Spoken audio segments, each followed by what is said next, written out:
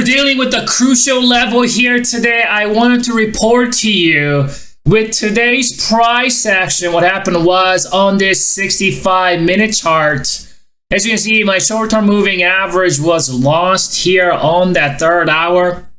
So this is a level that bulls needed to hold today. You can see, so this is the first hour right here. You see, so we opened flat, right? So we open right here, and we came down on the first. You see that lower wick. We initially lost the short term, but bulls were able to bring it back. And then on the second hour, it looks like bulls were trying to hold on to the short term again, similar to what happened the last couple days. You see these lower wicks here. We got some micro term dip buying activities were occurring right on that short term moving average, but finally it was lost on the third hour. So what happened was all those dip buyers that got in, bought these dips right on the short term. They're getting stuffed out. That's what the third hour price action was all about.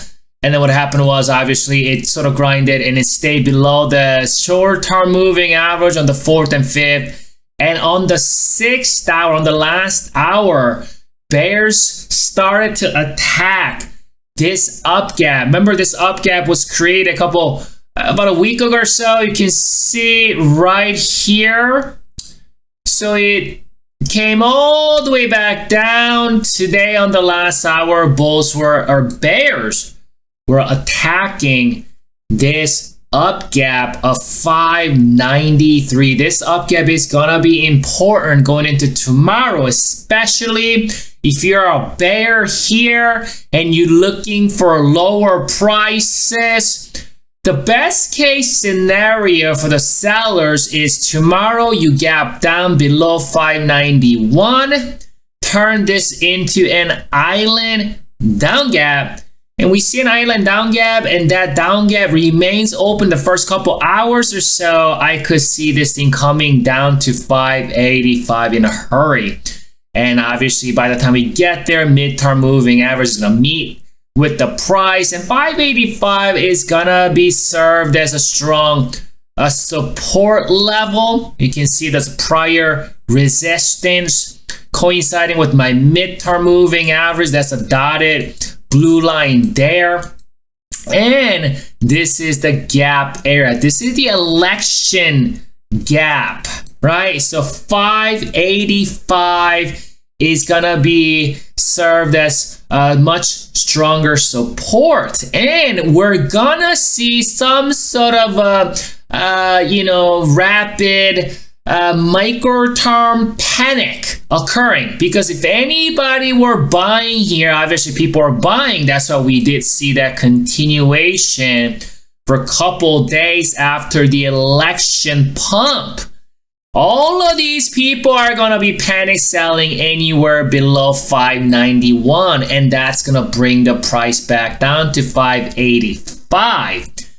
And that's going to be the level where I think by the time we get there, oscillator is probably going to hit the extreme oversold, and we'll probably have to reassess the situation at that time. So that's what the bears and the sellers are looking for. They're looking for that island down gap, you know what I'm saying, to get that price flushed back down to 585 to retest that midterm.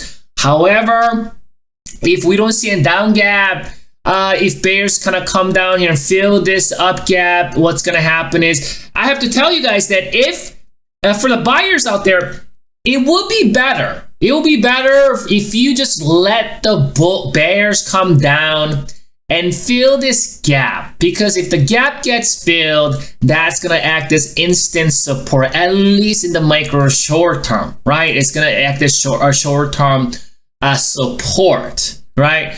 Obviously, if this gap is protected, if this gap doesn't get fully filled, right? If bears only fill 50% of it or 60, 70% of it, but they don't fully fill this up gap of 591. That's gonna favor the buyers. If this gap gets protected, I could see, I mean, there might be chops or some shenanigans, sideways or something like that, but as long as this gap is protected, bulls will find a way to reclaim these moving averages, micro and short term, and they'll bring it back up. We've seen it happen quite a bit in the last month or two. Every time we're dealing with overall uptrend, obviously, you know, market isn't going to go straight up every single day. We'll see an inevitable pullback, and then certain levels get held and bulls bring it back up. But it's important for the bulls to bring this back up is to have that micro and the short-term moving averages to be reclaimed, and it will much more favor the buyers if the gap is protected.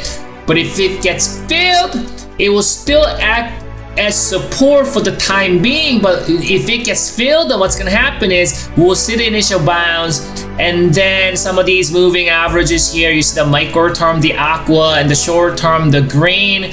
And these moving averages are going to continue to kind of hackle the buyers, and things will get hectic here, some choppy action, and we'll have to kind of reassess that once we get there.